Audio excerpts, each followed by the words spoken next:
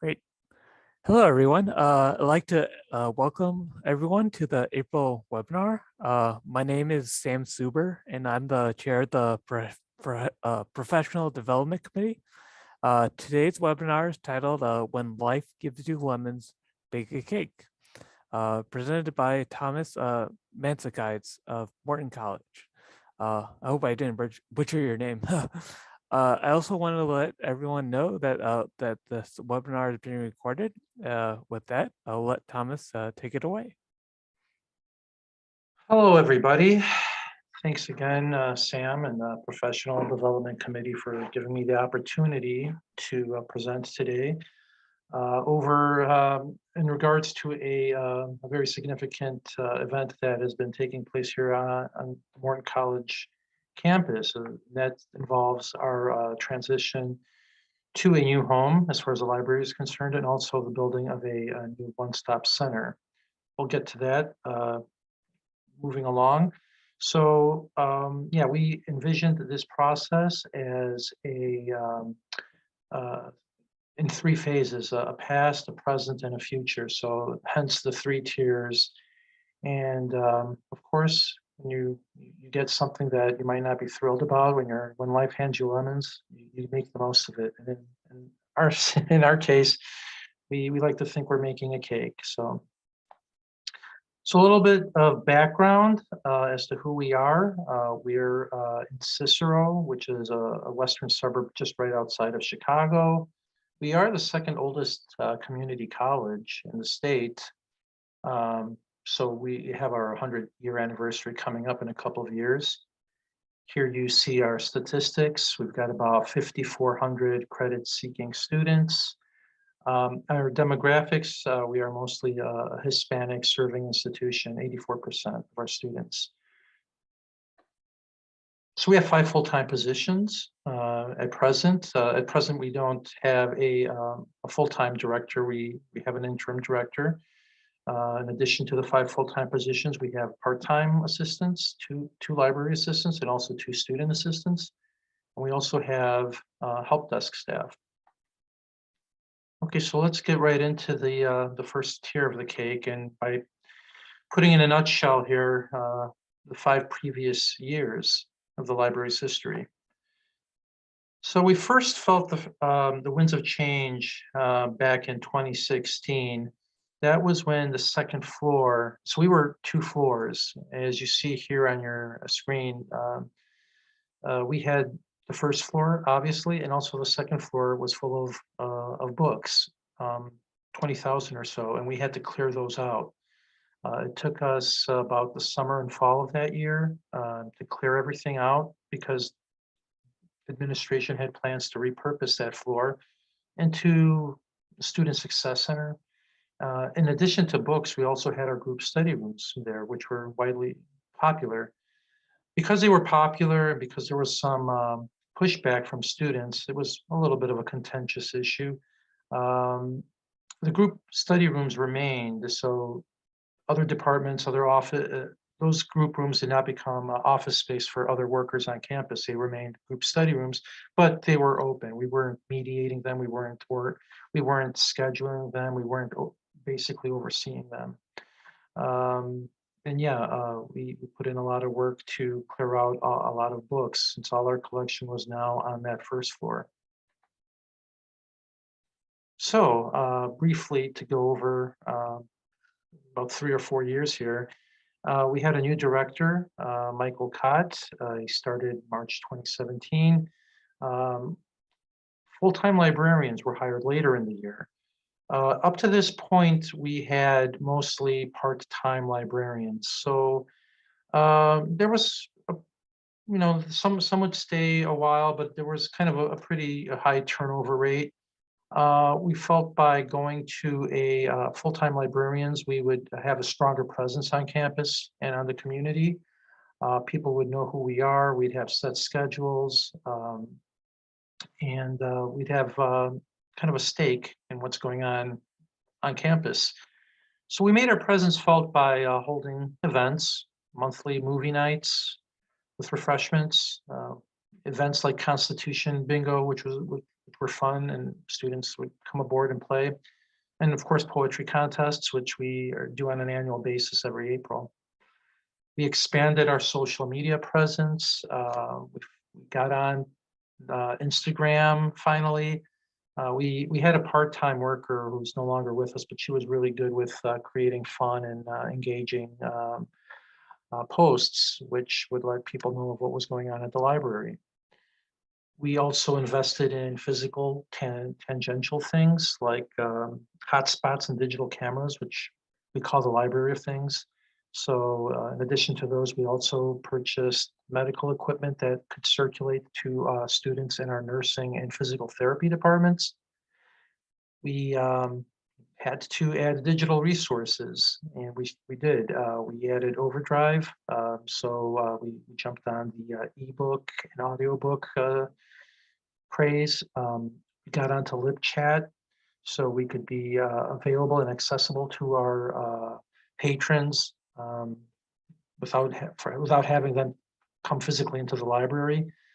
A cafe was reopened, which had been there for a while, and it had closed down, and it was just being used as kind of a study space, an open study space. But the cafe, we were proud to have that reopen because it gave students in our special needs program, our Skills for Daily Living course, a chance to develop and expand their life enrichment skills.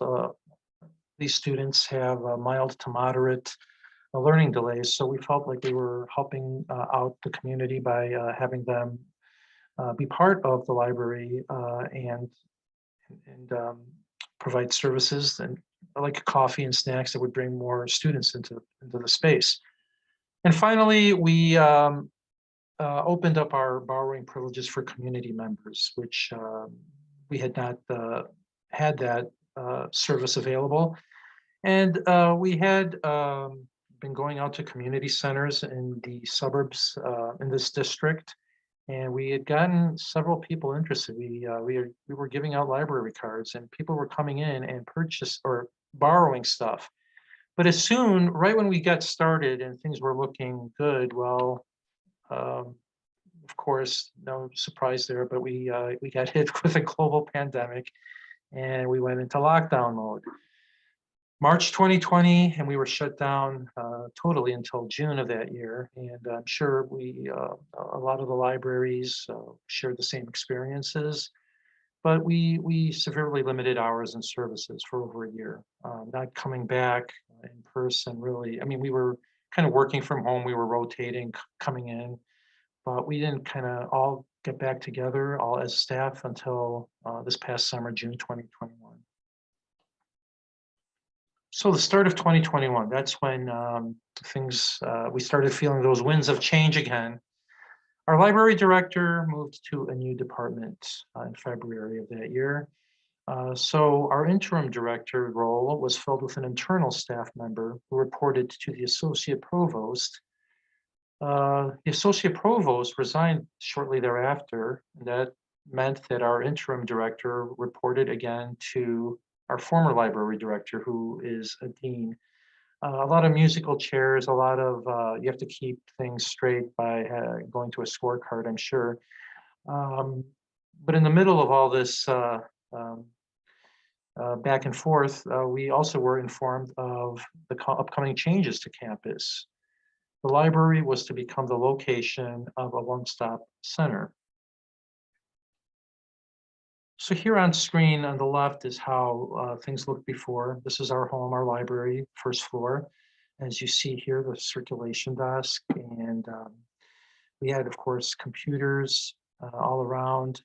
That was to transform into what you see on the right side in a future designed by architects, what's going to be called the one-stop center or one-stop shop. As you see there, the circulation desk is no longer there. It has been replaced by like a receptionist area where the receptionist would serve as triage to direct users to other departments that will now be taking up space in the new center. So about 5 departments were scheduled to move into this space. Really quick, there are academic advising, admissions and records, financial aid, counseling, and disability services, and also the cashier's office. So yeah, we were the largest space of any department, so it made sense to for us to be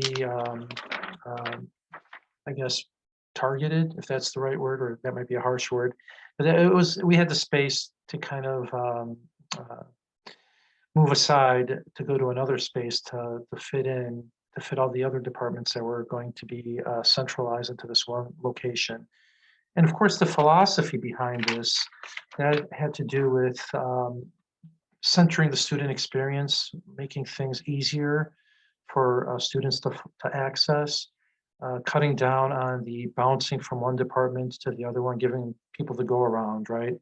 Um, our campus departments were all like in different buildings. It was like a maze, built like a maze. So people had difficult times going from one place to the other. When people would ask us where something is, we'd say you have to go up 2 flights of stairs, then make a left, then make another right. So it was frustrating. So that's why the user experience was centered here, so people would not have to bounce around from place to place. Again, this is how the library looked when facing south. On the left-hand side, we were the largest computer lab on campus. We had about 90 to 100 computers. We had a reference desk, as you see there. And of course, we had shelves and shelves of books. What you might not see there further back is kind of the entrance to the cafe. Around the corner, around that brown wall, we had also other collections like DVDs, family literature, photocopy machines. Of course, the future design removes all that. Again, one of the another part of the philosophy was to make an open collaborative space so students can congregate, they could get to know one another, could sit down, maybe enjoy a beverage or talk to a counselor. So as you see here, that all those computers would make way, that there would be a new department in that space. And I think in this artist rendering, it looks like the cashier's office would be in that space. And actually behind the reception desk area, there would be another department. I think admissions would be there. So being in the Zoom era, we had our first meeting, of course, online with administrators. That was a little over a year ago on March 30th.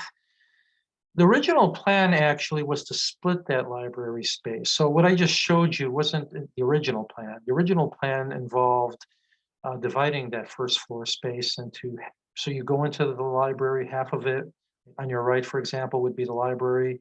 On your left would be other departments. And some other departments would be upstairs on the repurposed second floor. But we made it well known to administrators that we had concerns. Of course, there was a size of the space for where we would fit everything, our collection and our computers. There was privacy issues, hours of operation. Of course, the libraries on campuses usually close a lot later than departments that provide student services that are usually like a business hour model, 9 to 5. And of course, shared space and office space. Sound would travel, of course. Where would we have our cubicles, have our office space? So a lot of those concerns were brought up in this meeting. Over the remaining, I guess, the next 6 or 7 months, we didn't hear much. We did hear that they were basically scrapping their original plans and we would be moving up to the second floor. So we kind of go back to where we were. I remember I mentioned the second floor was the group study rooms and where our books were. So basically our permanent home would be there. And in the meantime, though, that space was not ready for us. So we would have to move into a temporary space, and we'd have to do that. We were informed on October 14th. We'd have to do that by the end of the fall semester, which gave us about 2 months. Again, the timeline, December 10th, we'd have to be out of our library space. We'd have to move into a new space in Building C, which would be the former bookstore. Other departments that uh, were in several different buildings on campus would have to come all together to move into that second floor, our future library space, but it would be their temporary space from January to May 2022. So that's still ongoing as of right now. That construction is scheduled to end on May 27th, meaning all those departments would go downstairs to the first floor, which would be the new one-stop shop, right? In the meantime, we'd move from our temporary space, which I'll get to in a minute. I'd like to show where we're at right now. But we'd eventually go to the second floor of Building B, but the construction for that is to take place from July to September. So at the end of that phase, in end of September, what the current plans are, we would occupy the second floor of Building B, which would be our new home. Of course, with timelines, you have to take it with a grain of salt. There's always delays. So we sometimes believe we might be in our temporary space until the end of the calendar year. Of course, there's challenges involved with such a move. We had 2 months to make the move. We had to wait for that new space, a new temporary home to get ready. So that involved relying on other departments on campus, our facilities colleagues, to clear the space so we could move in. Because we could get a lot of books on trucks and move them over, but if we didn't have the space to move them to, it would be problematic. So we had staff matters, it was the end of the year, so how things are here at Morton College is if you do not use your vacation time by the end of the calendar year, you lose it.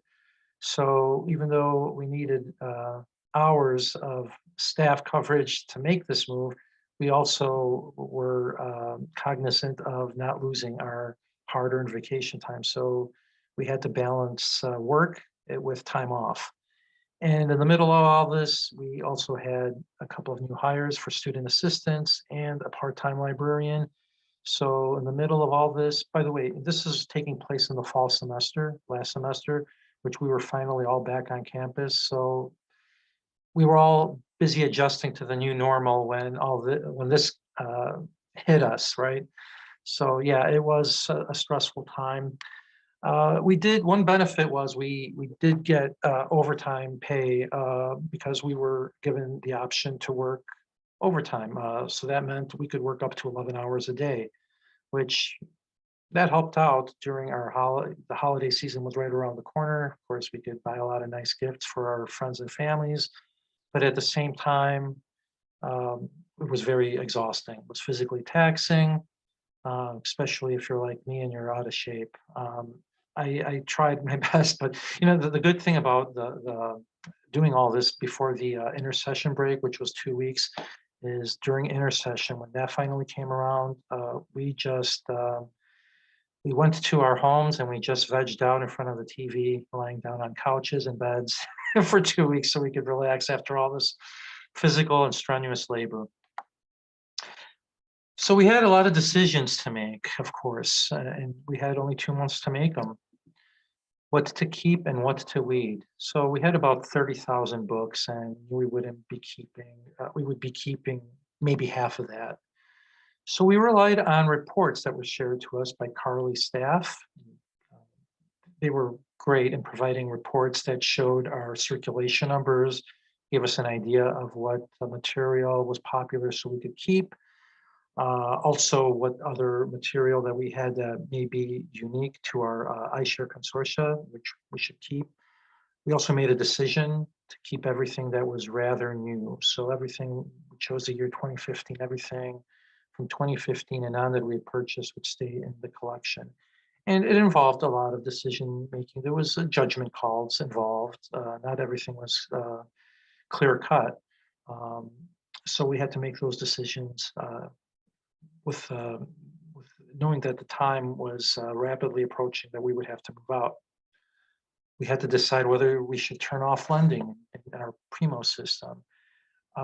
We decided that because a lot of our books were being moved into boxes that were not available to students, but they were not always being reflected in our catalog of their availability. We thought it would be easier to cut down on user frustration by just turning off lending while we put everything in order. At the completion of this project, we were going to finally address our records and our catalog. We also, of course, had to decide what office furniture and materials were to be kept and what were to be discarded. Being here for several years, I accumulated a lot of papers. And, you know, those of us that are pack rats finally had to face the truth. We had to make a decision about whether to keep or discard stuff that I like to procrastinate and not like to make decisions about, but that we were forced to confront these head on. And of course, the layout of the new space, what goes where. That was also something we had to put our heads together, we had to have conversations about with each other and make the mutual beneficial decisions on. Before the work, again, you'll see computers. This kind of gives you an idea of a section of our library, which was heavily used, although in this picture, as you see, there's not too many students using the computers, but this also led to our cafe area. And on the right, the picture on the right, you'll see, well, it's not a surprise to all of you in libraries that we had several ranges of dearly curated over the years, and what we like to consider our friends, books. And of course, we'd have to make the tough decision to part with our friends. So that's how things looked around October of the past year. In the middle, during the work, we had to rely a lot on boxes. So we became probably Home Depot's favorite customer for a while there, because we were constantly, and it seemed like every other day we were contacting our facilities people to come up with boxes and with tape so we could tape them up. So we were sending emails left and right. We had to load books onto trucks. So we had a lot of trucks. We had to push them. We kind of worked up our muscles that way. Of course, we would take, for the weeded books, we would have to scan the barcodes onto spreadsheets. So we would eventually get to them when dealing with their place in our catalog. Again, we packed them up, and this is library staff doing this. We didn't have like outside staff helping out. We had to do the physical labor by putting these books into boxes. And we used our instruction room, or our one computer lab that we had. We had to shut down computers in there. We weren't doing any instruction sessions because we needed the space for storage. We had to put all the books there, the books that we weren't going to keep. We had to manage them in some place, and this was our centralized location for them. On the other hand, there were books, of course, that we wanted to keep. So those also kind of involved the same process, although we would load them onto trucks, of course, but we would have to wheel them over to our new space, which at least it was on the first floor. So we didn't have to worry about elevators or going up and down any stairs or things of that, like that. And it was indoors. So we didn't have to, in the late fall, early winter, we didn't have to like put on coats or cover these up. We just went from one building to the next, which is connected internally. And we would have to reshelve these books onto our new shelves. So as you see the work continuing here. Hey, Tom, I'm going to interrupt for just a second. Guillermo reminded me that we were amongst a bunch of supply issues, the supply shortage issues. So we had facilities running around, I think, getting boxes and tape and everything else. So that was a whole nother flying ointment. So. Yeah, thanks for bringing that up. Yeah. Of course, you all know we had, during these COVID era times, we had a lot of supply chain issues, things that were not always readily available to us. But somehow, some way, we got what we wanted in place. And yeah, that room eventually became, neck deep in boxes there. We had to throw a lifeline to Guillermo there to rescue him. 911 was called, but he made it. No, I'm just joking. He's okay. So no injuries there. But eventually we boxed up about 16,000 books. Yeah, at least we got to, being a closed off room, we got to listen to some of our favorite music. Low, we didn't want to disturb other people outside. But this was a lot of labor. It involved several of us doing this from morning to night. Again, working those overtime hours. Eventually, what happened with these boxes were we worked with a outside vendor. They came with their staff and loaded these books onto trucks, which were taken away for resale. And I believe we get a portion of that, of any books that are being resold.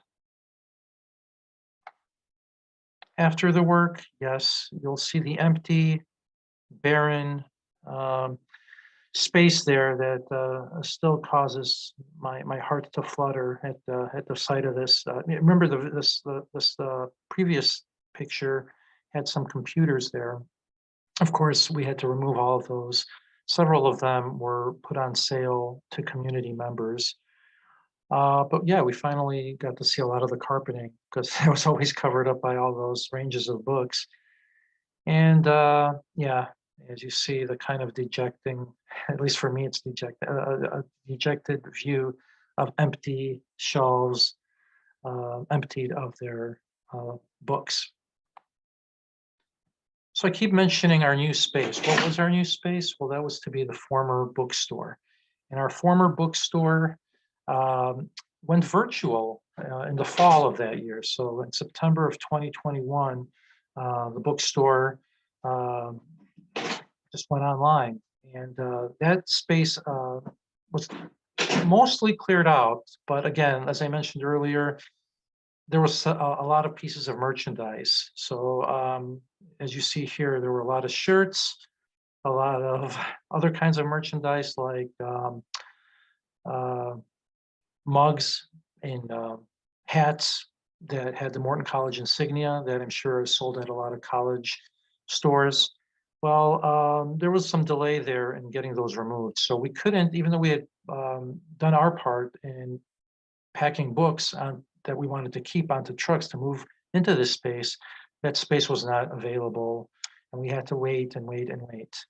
And finally, we did get some help, and this space was cleared out. And this is what the space looked like after it got cleared out. The motto at Morton College is imagine what you can do. So we took that challenge upon ourselves to imagine what we could do. And to the credit of administration, they kind of gave us pretty much free rein to see how things would, to design how the new library space would look like. So yes, we started off with the bare bones, the foundations, and eventually, as you'll see in the next few pictures, we made a new home out of it. And that leads us to tier 2, the present. By the way, I just noticed that there's some chat, so I'm going to. Oh, yeah, okay. Thank you to Guillermo. Guillermo's taking care of it because I wasn't paying attention to the chat. Thanks, Guillermo. We are on to tier 2, the present. So we're getting into the second section of our cake, and for our purposes, that stretched from December 13th to the present moment. December 13th was the day that we officially opened in our new space. And let's see here. Ta-da, this is how it looked like. But of course, that wasn't readily available on day one. It did take a lot of, again, labor, blood, sweat, and tears to make it look like this. But we were pretty, that on December 13th was the final, it was after finals week. It was the week leading to intercession. So there weren't a lot of people on campus. So it gave us some time to adjust things. And we still had a lot of adjusting to do, a lot of furniture and the layout of the library to decide on. This was a puzzle. We had pieces to put together. We had space for, we had to decide where the desks and where would supplies go. Electrical outlets. We did want to be responsive to our students, utilizing the space for their studying and research needs. Printers, of course, up to the beginning of the spring semester, we were still, our printers were still not set up. So we were, again, panicking, at least I was. But you know, it was to be under. I understand that other departments were moving also into their new space, so our IT people were really busy. They were really swamped with work, so it was to be understood. But at the same time, we wanted to be ready for the start of the new spring semester. Again, we have limited space. We couldn't. The library. We're going from 90 to 100 computers, being the one place on campus known for their computer availability. We had to go down to a very limited number. And of course, furniture status, that we'll get to that in a future slide. But we did get a lot of questions, and not to be surprised, it wasn't surprising to get questions about the bookstore, because even though the bookstore had closed a few months prior, people at the beginning of the prior semester had gotten a lot of their books from that space. So when they were coming back, or when they wanted to return stuff, they were coming to us and asking, "Are you guys the bookstore? What happened to the bookstore?" We got that. If I had a nickel for every time I was asked if I was the bookstore, I'd be a rich man. But we had flyers, we had stuff, we had FAQ flyers in place to distribute to them. So we could refer them to the mortonshop.com website so they could do all their shopping online. This is, you saw the bare minimum that we had when those, the ranges were starting to be put into place. Well, eventually we filled them up. But when we filled them up, we were just trying to meet that December 10th deadline. So we were putting those books in all kinds of different spaces, because the main priority at that point was just to empty out the prior space. So a lot of this, when we put the books onto these shelves, they were not in order. They were not into A to Z Library of Congress order. We had to move things around again. What was a little bit easier was our DVDs and our family literature collection. You see that on the left-hand side there. We did not have a large collection of those, so we didn't have to do any weeding. So those just went onto those shorter spaces there. We had to, we put some comfortable seating around. We had to, of course, determine where trash cans and recycling bins would go. On the right-hand side, I have it circled here. We were limited to 4 desktop computers, and yeah, you heard me right, 4 desktop computers. I mentioned the electrical outlet situation. Unfortunately, there's not a lot of outlets for students to set up shop here. To do, I mean, they do come in, they do use their laptops, but hopefully their battery is charged, because we do not have a lot of space for them to charge their portable devices. But we did put some tables together where they could set up shop to do some work in with other people or by themselves. The one important thing was that we got access to 3 computer labs on campus, which are staffed by library assistants, which we could direct our students to, because yeah, a lot of times they're not going to find the appropriate space in this in our current space to do their work. So fortunately, we had 3 computer labs we directed people to, and that as the semester is going on, and we're proceeding towards the end of it, actually, students are becoming more aware of what their options are to access PCs. These are the north and the south ends of the library. Printing is still a major thing here at our library at Morton College. We went from 3 printers down to 2. At present, we don't have our color printing, but rest assured, we are directing people to those computer labs who want to print in color. We also wanted to make things easier for students. So instead of them, they were required to load funds onto cards, and they had to have specific, denominations like singles or fives, and they had to fumble around a lot, and it wasn't always the smoothest process. So we decided to eliminate that process and make printing free of course, with limits in place as to the amount of pages they could print at a time, but that helped cut down a lot of frustration and a lot of us having to mediate and helping people set up their printing. On the right-hand side, you'll see the new circulation desk. Of course, this was already in place here at the bookstore. This was where the cash registers were set up. So all we had to do is put our PCs on there, put some signage saying who we are, some flyers, and of course, the usual supplies you'll find at a circ desk: pencils, pens, staplers, tape. So we got that in place, and we, of course, being the COVID era, we put a plexiglass that would create a barrier between students and our staff, and of course the ever-present hand sanitizer, which is important. There was a situation where we didn't know, because again, there was a lot of movement. Other departments were going from one part of campus to the other. We thought we might be losing this desk, and we heard about that at the beginning of the semester, which kind of, again, at least for me, since I'm a circulation librarian, I would be sitting here, I was kind of freaked out, but eventually things worked out. Eventually, we kept this space, this desk. We don't know if this is going to accompany us to our new space, but it's doing the job so far. Some other vantage points. We brought over what we call the high boy tables. So they weren't used a lot in the beginning. People have gotten more used to them. They are situated at a space where you could kind of look out and people watch, as this is a kind of a heavily trafficked area. People going from the cafeteria to classrooms, so people can just sit out and watch as other students walk by. There's kind of a view of the outdoors, a courtyard there. So it's not like we're cut off from the outside world. We also created a homely environment by bringing over our beautiful plants, and of course,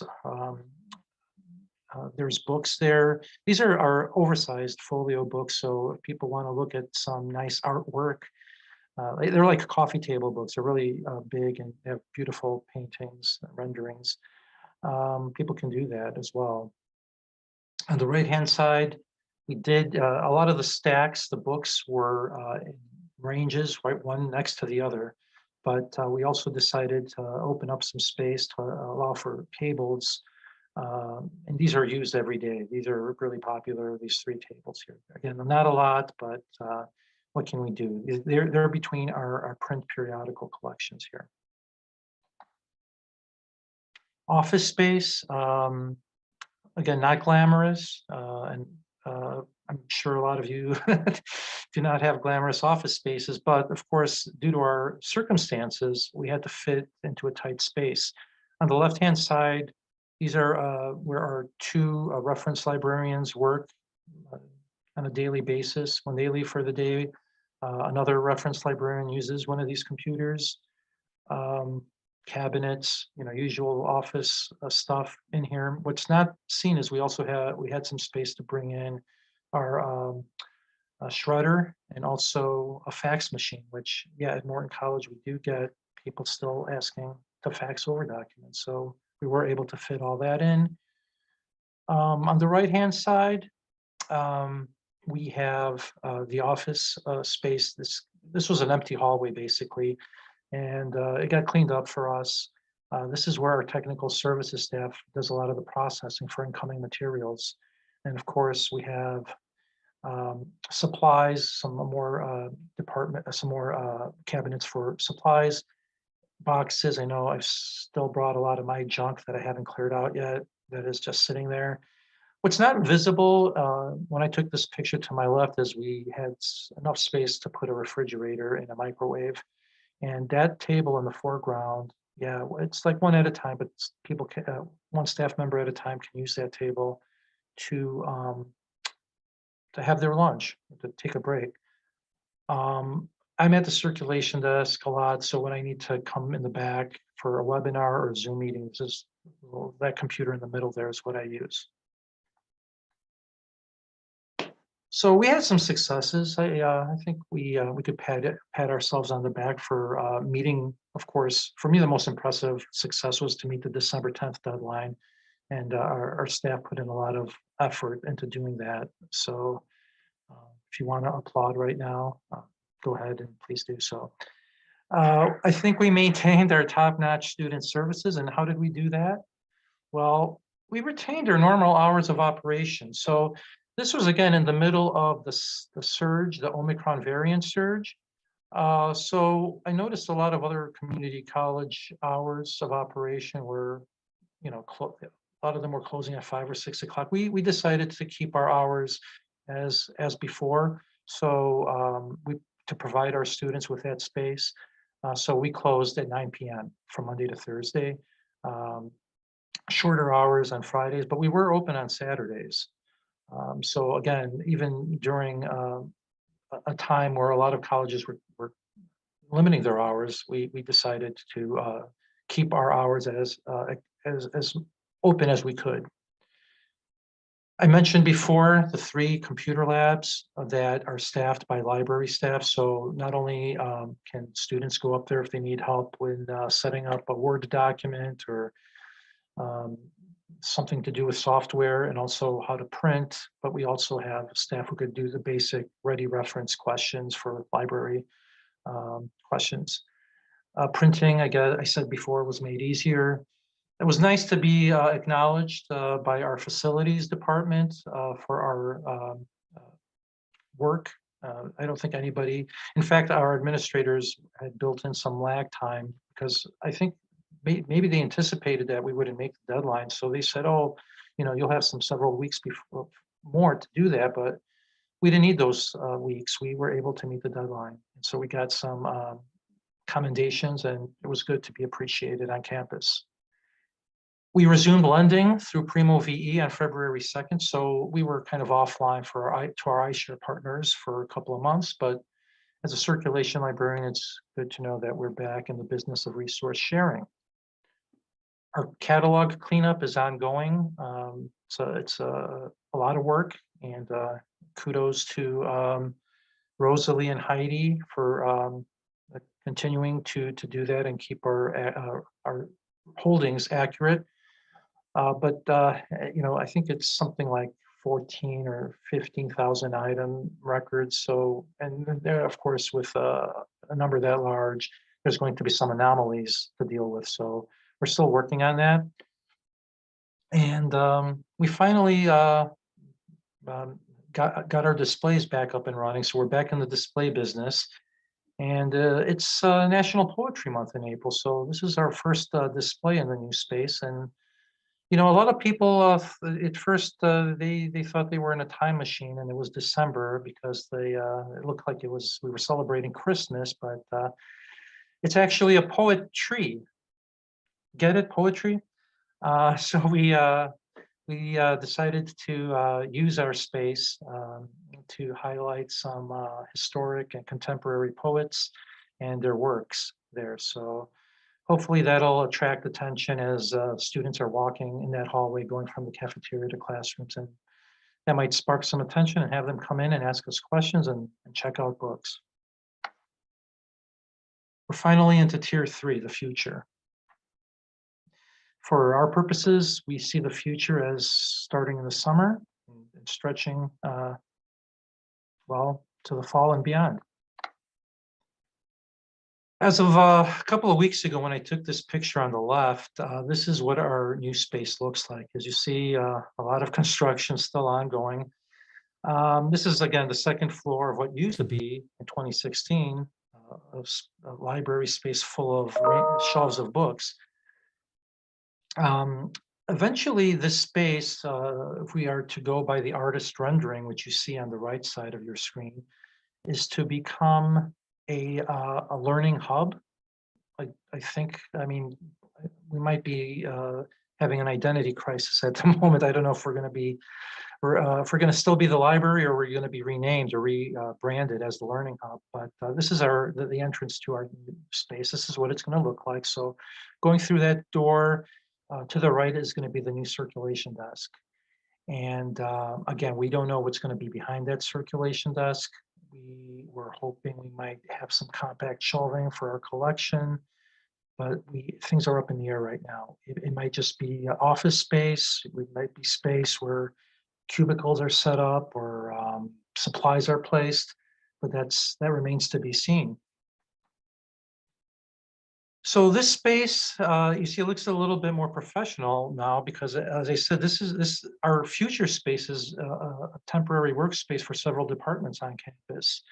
So that's how it looks like at present. You see all those rooms that are currently staff offices for people in like financial aid and other departments.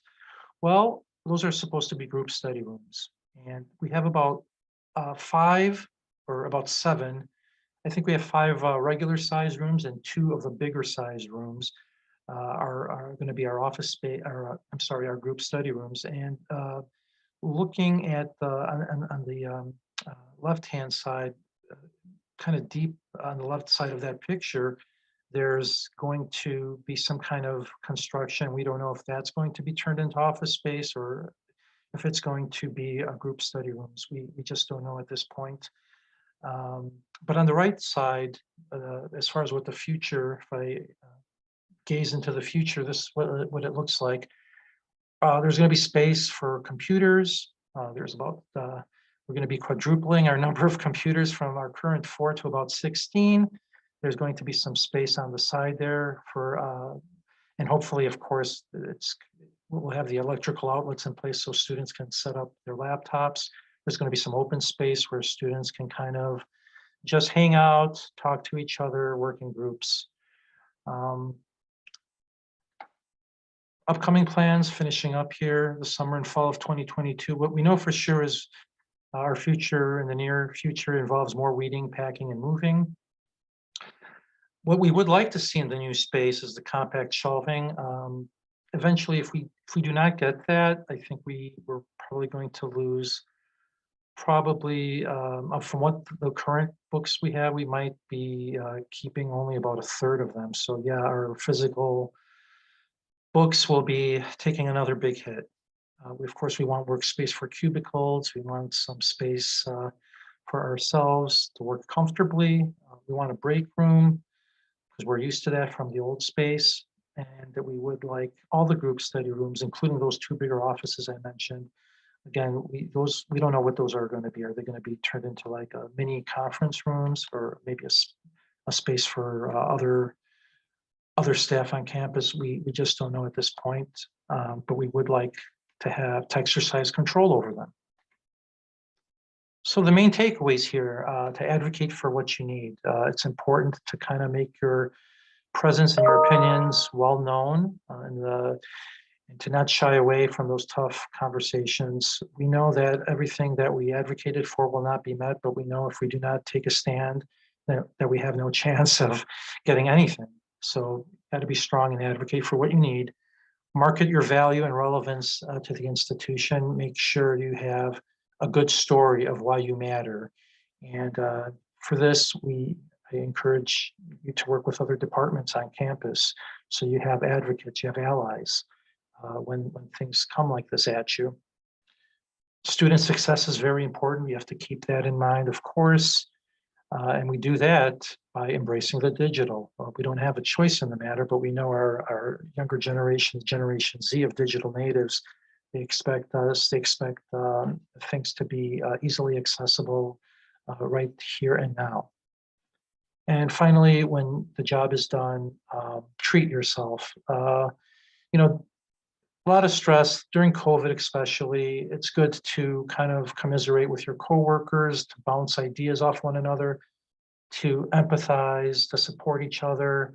And the final day at the old space, our interim director, Guillermo, brought over some nice donuts and coffee, which sure hit the spot. And go out for Thai food with your coworkers. Of course, it wasn't just donuts and coffee. We wanted to continue the conversation and to continue to support each other. So yeah, as a team, we went out and we enjoyed some good Thai food. I want to thank for the blood, sweat, and tears exhibited over the last few months our library staff. I hope I didn't leave anybody out. I also took care to include our 2 student assistants, George and Brenda. But yeah, thank you from the bottom of my heart to Mary, Michael, Kathy, Guillermo, Alex, Michael, Heidi, Rosalie, and Charmaine. If you want more information, again, I'm glad Guillermo and Heidi are here. Hopefully they've been answering the chat. I've been kind of speeding through this. I had so much. We have about 10 minutes. If you have any other questions, I'm going to start checking in on the chat. But also, if you want to email me, that's my email on the screen there. Or if you want to email any of us, we have a group email, which you can send an email to one of us and we'd respond to your concerns about the move or any questions you might have to reference@morton.edu. So let's see here.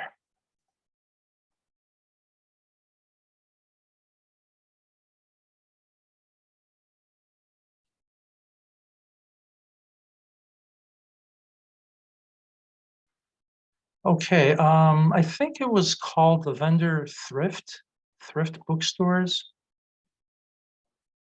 Yeah, thrift, I believe is Thrift books. I thrift think books. thrift books, something like that, yeah. And we had experience with them because again, we had to clear out a lot of books back in 2016. So I think it's Thrift Books is the name of the vendor. Let's see, Ashton.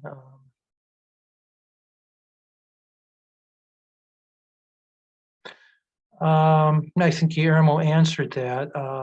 But yeah, we, if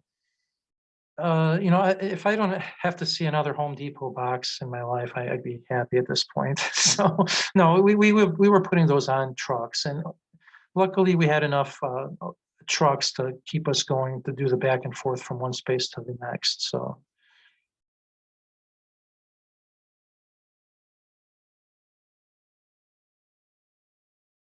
Okay, let's see. Any other questions? I'm trying to read through this. I think Guillermo and Heidi, did you answer any, or are there any that were specifically for me? Tom, if you just want to, Guillermo had answered this, but Sam had asked if we got any say in the decisions. I don't know if you wanted to comment on that or not. Well, we like I mentioned about going to the new space, we did have kind of the decision-making authority to determine what goes where, to determine what we would look like. But as far as the big overall picture, we did not have a say into like saying no, we want to stay here, and the ones we want to stay in our current space. I mean, that was kind of a foregone conclusion, and that this was kind of an idea in the making for several years. COVID, I think, fastened or quickened that decision. But again, from March until October, we had shared documents and emails with administrators, which, because I don't know if it was they were busy, they were also going through a transition. The associate provost had resigned. We did not get a lot of clear communication from them. So it's tough. It's an ongoing battle to make our voices well heard and respected on campus. But I guess I should say we had decisions on kind of the small stuff, but on the bigger stuff, even though we made our thoughts and opinions known, we kind of got a little bit of a quiet treatment there. Go ahead. Can I say something really quick? Sure. I just want everybody in this presentation to understand how emotional this is. It's not easy when you're fighting administration or fighting for things that you believe in, and you're getting shut down at every turn. So exactly what Tom says.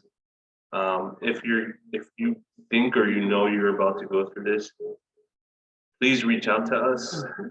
We can give you advice.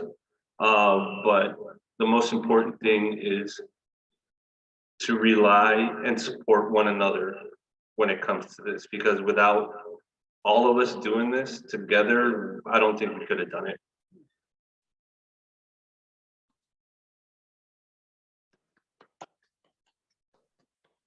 Applause for me. Ashton, yeah, of course, this was a team effort.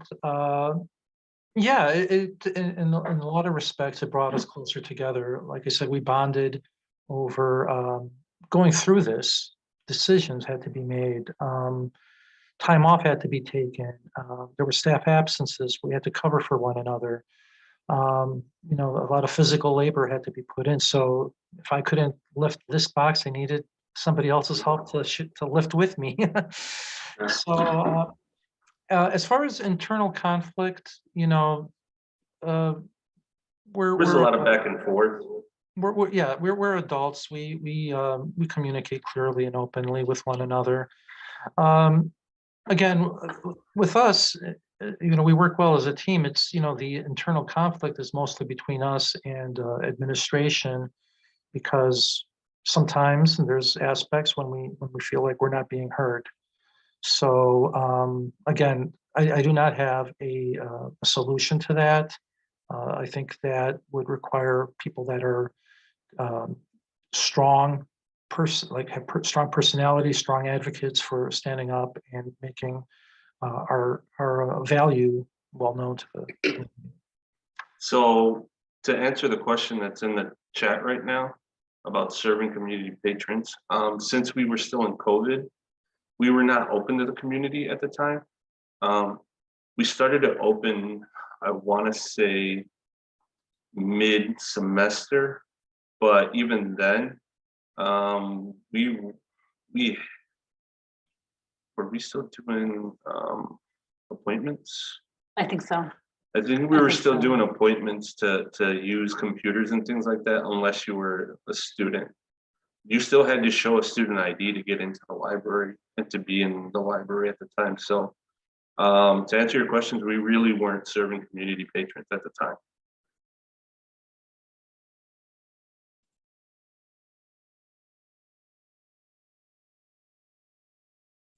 And again, we are open to the community now, but again, there's lack of space.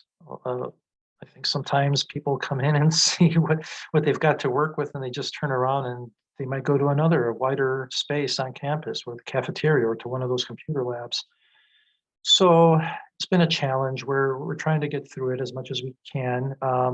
Hopefully by the end of the year, we'll be in our new space and we'll be settled there. Have to have a lot of conversation again. What are our core aspects? What services do we want to provide? Where do we want to take a tough stance on? As far as, you know, this is a line we're drawing in the sand. We have to have this stuff in place to provide the best possible services, because student success is our #1 priority. And thank you for the comment, Angelina and Ashton. Yes, thank you.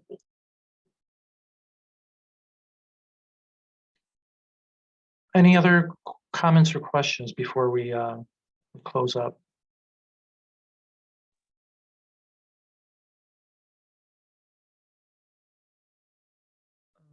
I guess I don't see any.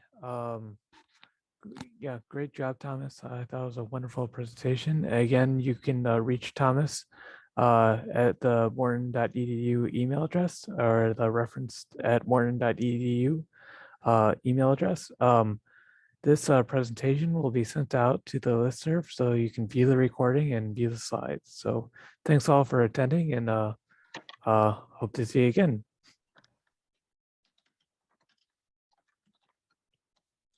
Bye. Bye-bye. Incredible. You guys obviously have a really close connection, and that is yeah. I think everybody needs to see this and have a deeper appreciation for their staff and for the facilities that they have at their disposal, because this is unbelievable. And the way you guys did it with so much grace, incredible. Thank you. Thank you. I think you're gonna start crying, Lois. I am. It is emotional to see this, because it is. You guys have been through a trauma. You know, you've been. And as I you understand mentioned, what it feels like. and as I mentioned, this wasn't the best. You talk about disruptive, especially during COVID times. And maybe I didn't emphasize this enough, but in the